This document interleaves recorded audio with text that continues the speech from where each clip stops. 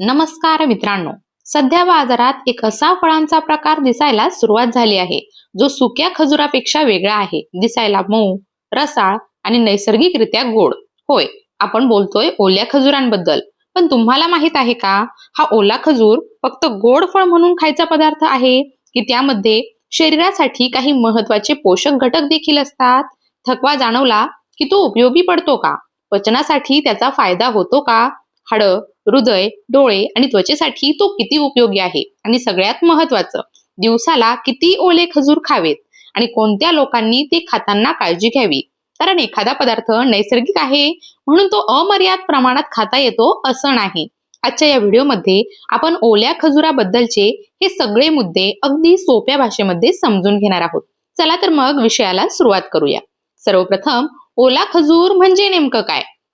खजूर पूर्णपणे वाळवण्यापूर्वी त्याच्या मऊ आणि ताज्या अवस्थेत खाल्ला जातो. त्याला आपण साधारणपणे ताजा किंवा ओला खजूर म्हणतो. यामध्ये पाण्याचं प्रमाण सुक्या खजुरापेक्षा जास्त असतं आणि त्यामुळे त्याची चव आणि पोतही वेगळी असते. खजुरामध्ये नैसर्गिकरित्या ग्लुकोज आणि फ्रुक्टोज सारख्या साखरेचे प्रमाण असते, म्हणूनच त्याची चव गोड असते आणि शरीराला तुलनेने पटकन ऊर्जा मिळू शकते. त्यामुळे शारीरिक मेहनत करणाऱ्या व्यक्तीला किंवा व्यायामाच्या आसपास छोट्या प्रमाणात खजूर घेणं उपयोगी वाटू शकतं. पण इथे एक गोष्ट लक्षात ठेवा, नैसर्गिक साखर म्हणजे साखरच नाही असं नाही.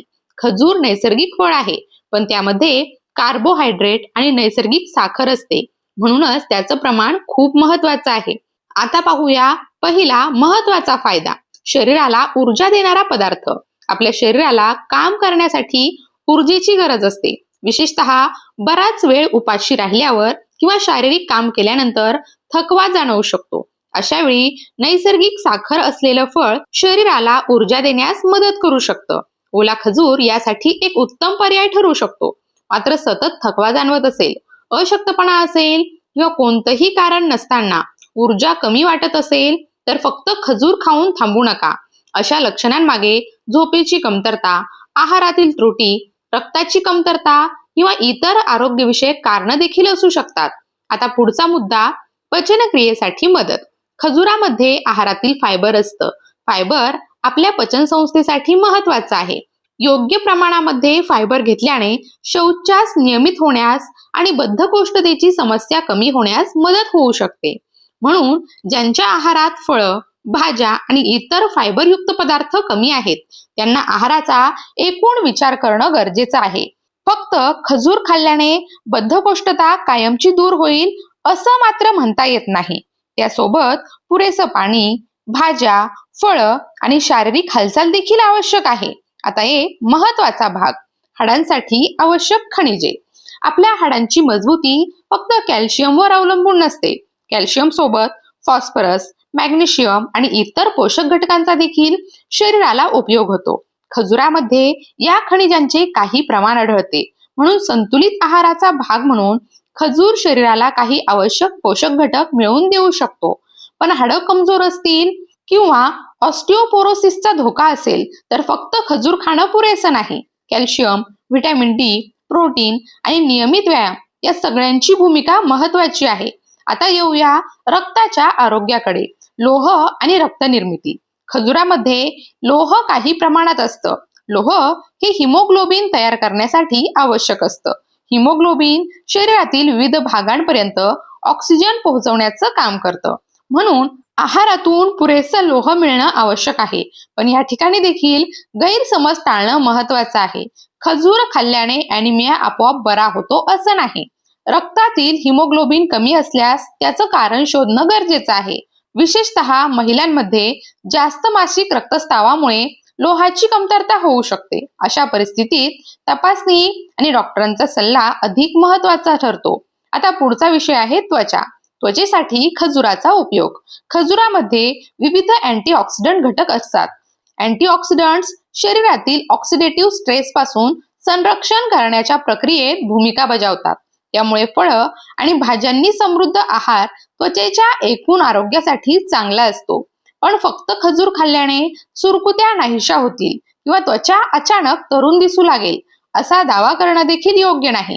त्वचेच्या आरोग्यासाठी पुरेसं पाणी, प्रोटीन, जीवनसत्व, झोप आणि सूर्यप्रकाशापासून योग्य संरक्षण या सगळ्यांची गरज असते.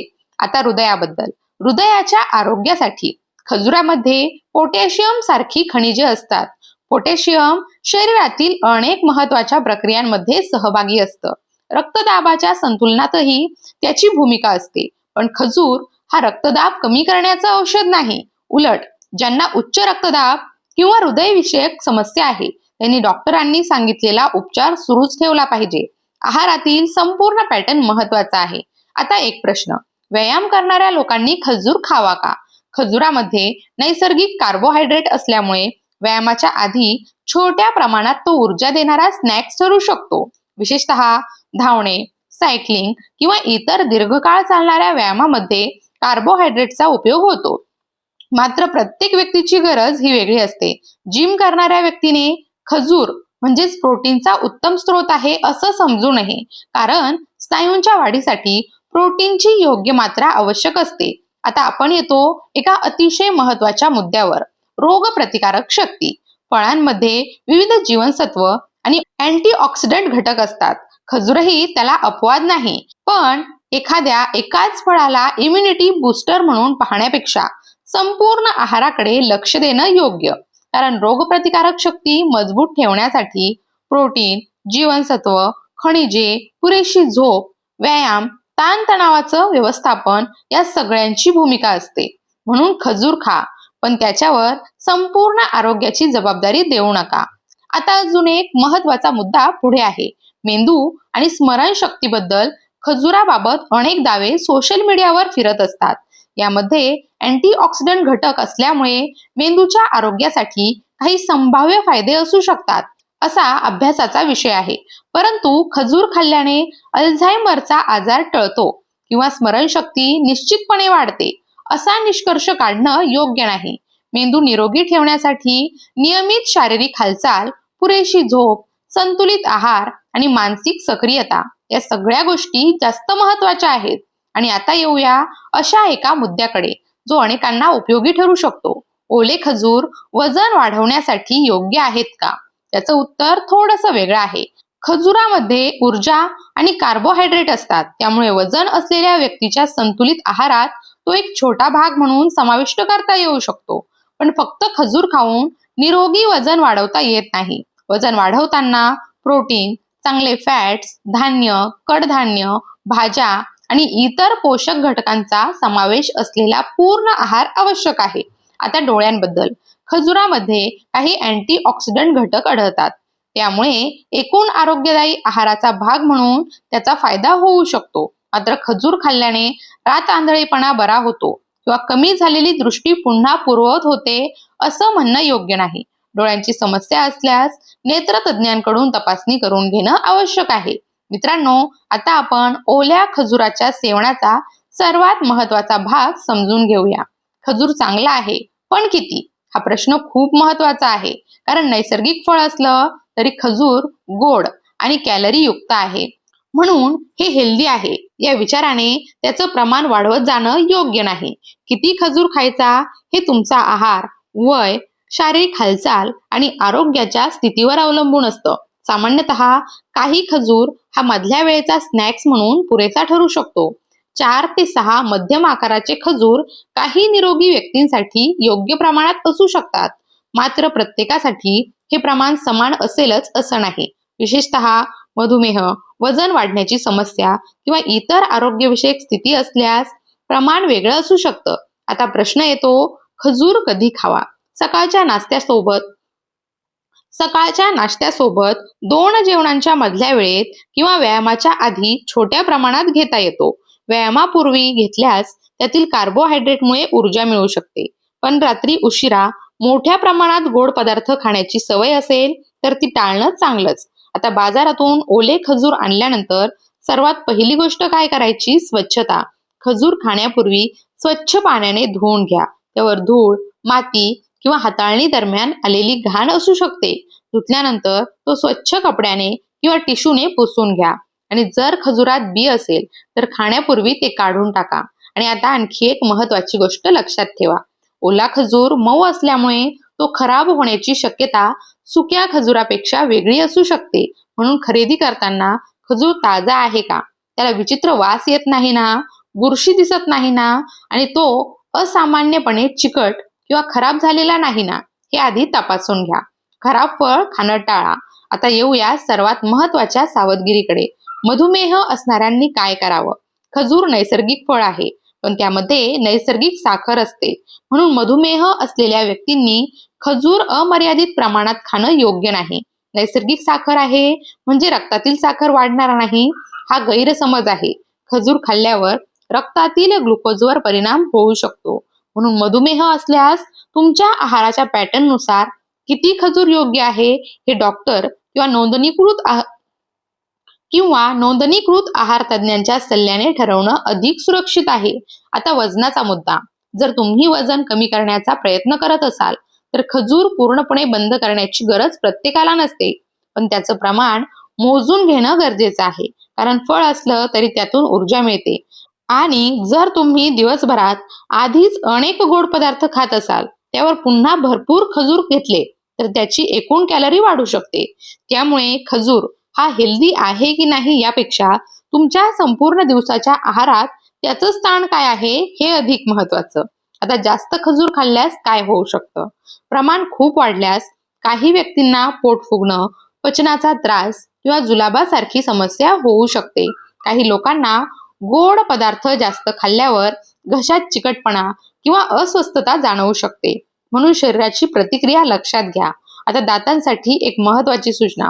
खजूर चिकट आणि गोड असल्यामुळे त्याचे अवशेष दातांमध्ये राहू शकतात, आणि तोंडाची स्वच्छता व्यवस्थित नसेल तर दातांच्या आरोग्यावर त्याचा परिणाम होऊ शकतो. म्हणून खजूर खाल्ल्यानंतर साध्या पाण्याने चूळ भरणं चांगलं. दातांची नियमित स्वच्छता करणं तर आवश्यकच आहे. आता आणखी एक मुद्दा. घसा, सायनस आणि टॉन्सिलचा त्रास असणाऱ्यांनी. काही लोकांना विशिष्ट पदार्थ खाल्ल्यानंतर घशात खवखव, कोरडेपणा किंवा अस्वस्थता जाणवू शकते. प्रत्येक व्यक्तीची संवेदनशीलता ही वेगळी असते. म्हणून एखादा पदार्थ खाल्ल्यानंतर वारंवार अशी समस्या होते तर तो पदार्थ कमी करणं किंवा थांबवणं आणि आवश्यक असल्यास डॉक्टरांचा सल्ला घेणं योग्य ठरेल. मात्र खजुरामुळे सायनस किंवा टॉन्सिलची समस्या वाढते असा सर्वांसाठी लागू होणारा ठोस नियम नाही. आता एक खूप महत्वाची गोष्ट.